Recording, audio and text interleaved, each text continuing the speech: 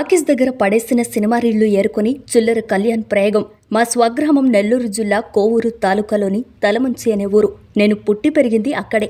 మా నాన్నగారి పేరు పసచిల్లర చెంచుకోటయ్య నాయుడు, అమ్మ పేరు వెంకట సుబ్బమ్మ.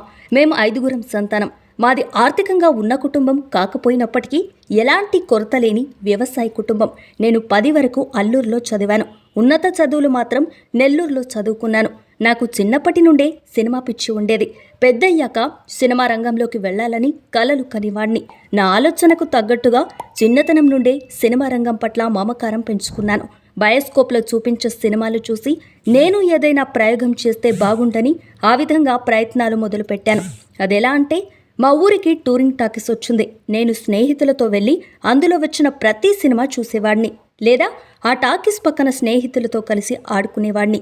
అలా జరుగుతున్న సమయంలో మా ఊరికి బయోస్కోప్ వచ్చింది.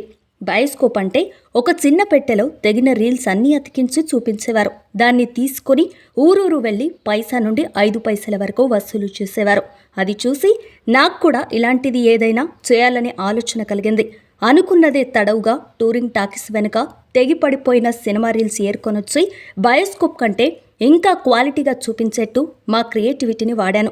నా స్నేహితుడు ప్రసాద్తో కలిసి తెగిపడిన రీల్స్ ముక్కలు తీసుకొనొచ్చి వాటికి దారాలు కట్టి ఒకే రీల్గా తయారు చేసుకొని రీల్ను సైకిల్ చక్రం హబ్కు కట్టి వెనక ఒక అద్దం పెట్టి దాని వెనుక ఒక బల్బు పెట్టి సైకిల్ చక్రాన్ని స్పీడ్గా తిప్పితే ఆ స్పీడ్కు రీల్లో బొమ్మలు గోడ మీద సినిమాలాగా పడేవి. అంటే అది ఓపెన్ ఎయిర్ థియేటర్లో సినిమా చూసిన అనుభూతిని కలిగించేది.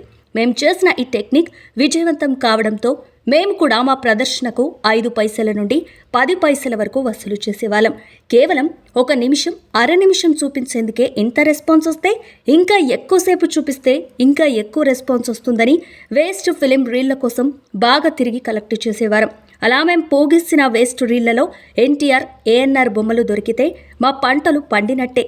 ఆ విధంగా ఊహ తెలియని వయస్సులోనే నేను ఒక మొబైల్ ఎగ్జిబిటర్నయ్యాను. నా తెలివితేటలు చూసి మా అమ్మ మురిసిపోయేది. మా బంధువులు, స్నేహితులు తెగమెచ్చుకునేవారు.